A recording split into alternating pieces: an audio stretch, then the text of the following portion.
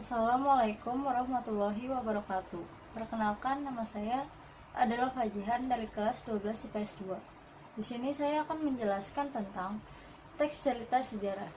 Teks cerita sejarah merupakan naskah atau narasi yang mengandung unsur sejarah atau teks yang menjelaskan dan menceritakan tentang fakta dan kejadian masa lalu yang menjadi latar belakang terjadinya sesuatu yang mempunyai nilai sejarah. Jenis-jenis teks cerita sejarah yaitu ada dua. Yang pertama, sejarah fisik dan non-fisik. Sejarah fisik yaitu novel, cerpen, legenda, dan roman. Sedangkan sejarah non-fisik yaitu ada biografi, autobiografi, cerita perjalanan, dan catatan sejarah. Strukturnya yaitu ada orientasi atau exposition, insiden atau urutan sejarah, dan reorientasi. Fungsi teks sejarah yaitu fungsi edukasi, fungsi rekreasi, dan fungsi inspiratif. Unsur pembangun teks cerita sejarah dapat dibedakan menjadi unsur intrinsik dan ekstrinsik. Unsur intrinsik membangun isi cerita, sementara itu unsur ekstrinsik membangun cerita sejarah dari luar. Semisal, keadaan masyarakat waktu itu dan unsur sosial waktu sejarah terjadi.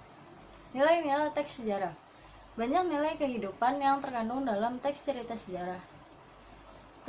Nilai-nilai tersebut dapat dijelaskan dari cerita sejarah sebagai gambaran kehidupan. Nilai-nilai yang ditemukan dalam teks cerita sejarah dapat dikonversi ke bentuk teks lain. Nilai-nilai kehidupan dalam teks cerita sejarah dapat dikonversi ke dalam bentuk teks eksplanasi. Nilai-nilai dalam teks cerita sejarah mempunyai relevansi dengan perkembangan zaman. Contoh, nilai budaya yang sudah ditinggalkan masyarakat modern.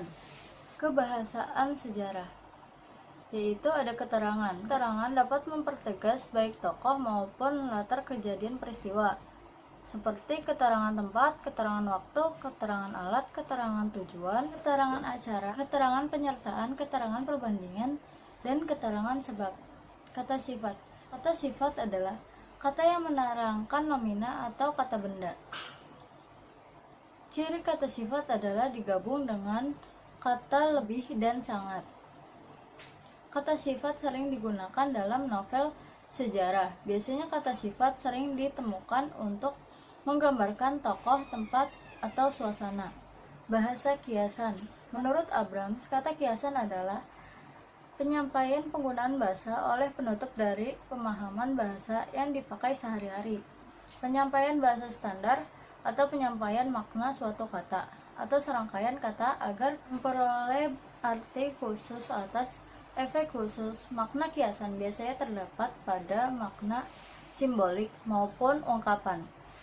Sekian dari saya, kurang lebihnya mohon maaf. Wassalamualaikum warahmatullahi wabarakatuh.